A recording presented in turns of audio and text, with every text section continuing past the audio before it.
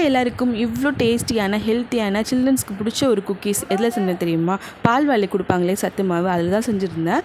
இது எவ்வளோ அளவு அப்படிங்கிறத வந்து நான் கமெண்டில் பின் பண்ணுறேன். இப்போ நான் எப்படி பண்ணுறேன்னு சொல்லிட்டா, ஃபஸ்ட்டு பட்டர் அப்புறமாட்டி நாட்டு சக்கரை ரெண்டுத்தையும் போட்டு நல்லா மிக்ஸ் பண்ணிக்கோங்க. மிக்ஸ் பண்ணி க்ரீமி கன்சிஸ்டன்சி வரும். அதுக்கப்புறம் ஒரு எக்கு போட்டுக்கோங்க. அதுக்கப்புறம் சளிச்ச அங்கன்வாடியில் கிடைக்கிற சத்து மாவு, இல்லைனா நீங்கள் வீட்டில் இருக்க சத்து மாவு கூட போடலாம். சுகர் மட்டும் அட்ஜஸ்ட் பண்ணிக்கோங்க. இங்கே வந்து சுகர் அதிகமாக இருக்கிறனால நான் சுகர் வந்து கம்மியாக போட்டிருக்கேன். உங்களுக்கு இன்னும் கொஞ்சம் சுகர் வேணும், வீட்டில் செஞ்சதுன்னா நீங்கள் சுகர் கொஞ்சம் ஆட் பண்ணிக்கலாம். இதுக்கப்புறம் 3/4 teaspoon baking soda, 3/4 teaspoon baking powder போட்டுக்கோங்க. அதுக்கப்புறமா ஹெர்ஷீஸோட சாக்லேட் கொக்கோ பவுடர் போட்டிருக்கேன், சாக்லேட் ஃப்ளேவருக்காக. இதை நல்லா மிக்ஸ் பண்ணிங்க அப்படின்னா கையில் ஒட்டாமல் ஒரு டவ் கிடைக்கும். 10 மினிட்ஸ் விட்டு செட் பண்ணதுக்கப்புறம் நீங்கள் வந்து பேக் பண்ண ஆரம்பிங்க. ட்ரேயில் வந்து பார்ச்மெண்ட் பேப்பர் போட்டு அலைன் பண்ணிவிட்டு நம்ம வடை தட்டுவோம் இல்லையா, அந்த மாதிரி தட்டி அழகாக ஒன்று ஒன்று அடுக்கி வச்சுக்கோங்க. டிசைன் நீங்கள் என்ன வேணாலும் டிசைன் போட்டுக்கலாம். என் மைண்டுக்கு அதுதான் வந்துச்சு. எனக்கு இதில் ரொம்ப பிடிச்ச டிசைன் வந்து நடுவில் ஒரு லீஃப் மாதிரி போட்டிருப்பேன், அது ரொம்ப அழகாக இருந்துச்சு.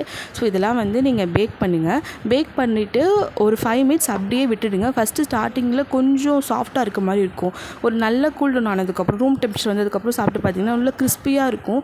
ரொம்ப டேஸ்ட்டாக இருந்துச்சு. என் குழந்தை ரொம்ப விரும்பி சாப்பிட்டா. மைதாக்கு பதிலாக இது நல்ல அல்டர்னேட்டிவ், ட்ரை பண்ணி பாருங்கள்.